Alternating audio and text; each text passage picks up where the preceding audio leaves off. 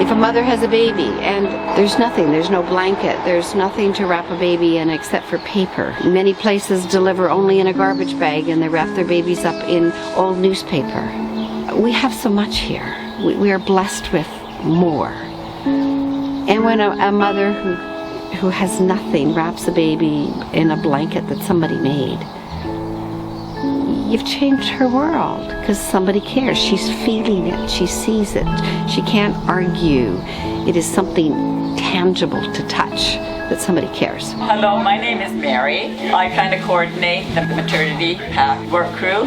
I have 3 other ladies who work with me who are wonderful, dedicated ladies, and we started about 5 years ago. There was a spokesperson from one of the African countries who came and told us about the need for just the basic comfort items that women and young girls need who are giving birth. So we put our heads together, a number of us, and we thought, okay, what can we send? What do we have that we can send? We have 2 components of the maternity pack.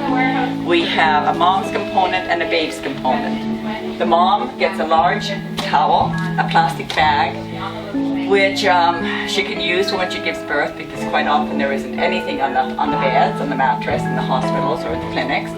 They get a draw sheet for privacy. They get a toiletry bag that has plastic gloves for cleanliness, candies to suck on when they're giving birth, because quite often there's no pain medication, a bar of soap tied to the baby's cord. They get some sanitary pads, they get some washcloths, some incontinent absorbent pads, and some panties. Those are put into a pillowcase. Into the baby's pack, we put a receiving blanket, a hand towel. We put in little onesies up to 6 months old, because it depends on the size of them, and quite often a little sleeper. We put in a bib, some socks, a little hat, a knitted doll for either an older sibling or for baby to play with later on, and 3 disposable diapers. And they're made into a nice little envelope, and then it goes into a pillowcase. They actually use the packs for making sure that everything in the container stays secure. So not only is it going to be providing comfort at the end of the road for people who have very little, but also it helps keep everything in the container stay put, so it gets there in good shape. Yesterday we had a work crew here, and we had about 15 to 20 ladies who kind of came and went during a 4-hour period, and we made 281 packs to send to another country when needed.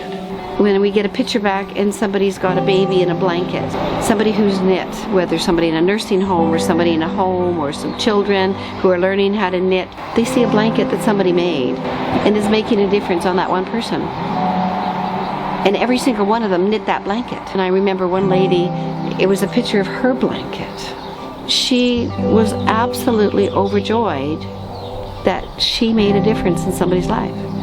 Because in her world, she didn't think she made a difference to anybody. She just sat there and she says, "It's my blanket and somebody's loving a baby in my blanket. I did something for somebody." And what that did to her was just as profound as what it did to the mother who wrapped the baby in the blanket for the very, very first time. And the lady went back and she's knitting, but she has a sense of somebody needed her and she made a difference.